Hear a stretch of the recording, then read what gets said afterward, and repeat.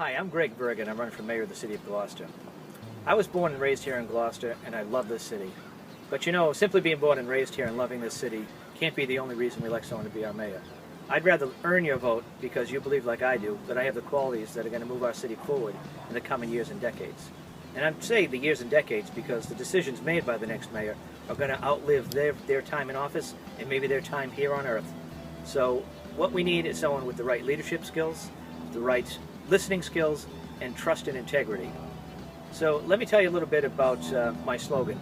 My campaign slogan is respecting the past and embracing the future. My grandfather came here about 100 years ago to fish, and I grew up here on Portuguese Hill. I'm here on Lechmont Ave, and I went to the Gloucester Public Schools, graduated from Gloucester High in 1986. Right out of high school, I married my high school sweetheart, Kelly Martin, and despite the odds against us as a teen couple, teen parents, we celebrated our 29th anniversary just a few weeks ago. Now, a couple years into our marriage with two small children, we realized we wanted more out of life for us and our kids. So we both enrolled in college. Kelly went to North Shore Community College, working as a waitress, while she earned her degree as a registered nurse. I was working full-time at Bombco in a blue-collar job and started going to Salem State College. And for the next 10 years, I went evenings and weekends to earn my degree in communications. As I was closing in on my degree, I thought about what I want to do with my free time that I would have not having to go to class. And with a preschooler, an elementary schooler, and a middle schooler, I felt that the school committee would be a good place for me to help out. So I ran for school committee in 1999, and I was a shoo-in for that job until the votes were counted and I lost. Rather than walking away and giving up, I stayed involved. I became a volunteer at West Parish School, in the classroom, on the site-based team, on the building committee, and I did that for the next 2 years until the next election, 2001, and I ran again and did win a seat on the school committee. And I did that for 4 terms. My last term I was the chairman.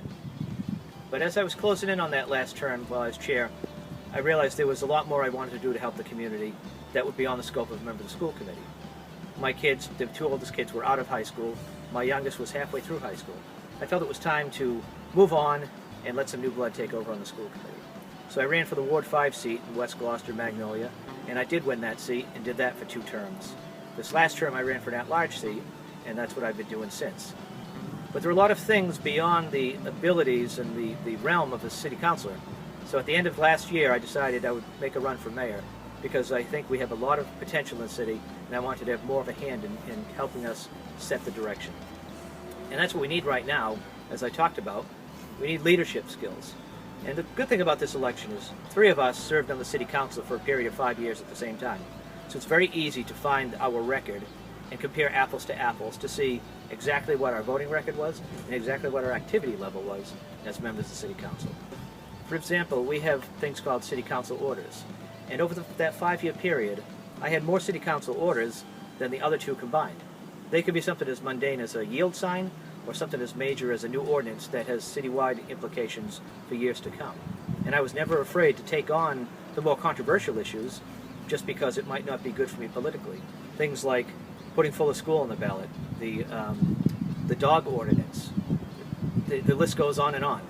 It's important that we represent our constituents and not represent our political interests going forward. Now, listening skills, that's another one that's important for your mayor.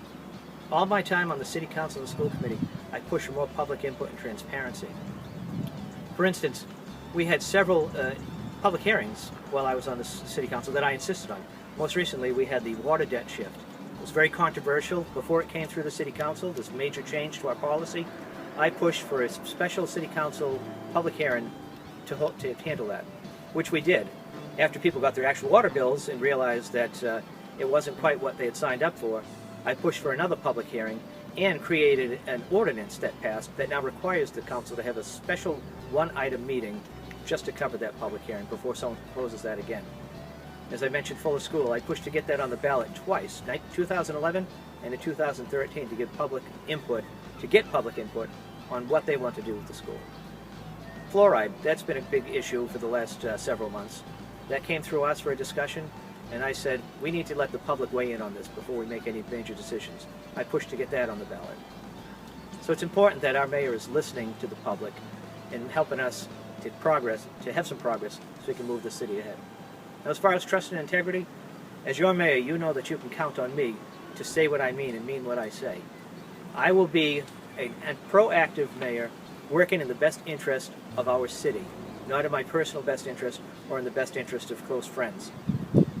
So on September 29th, we have a preliminary election. The top 2 candidates of the 5 are going to move on to the election in November.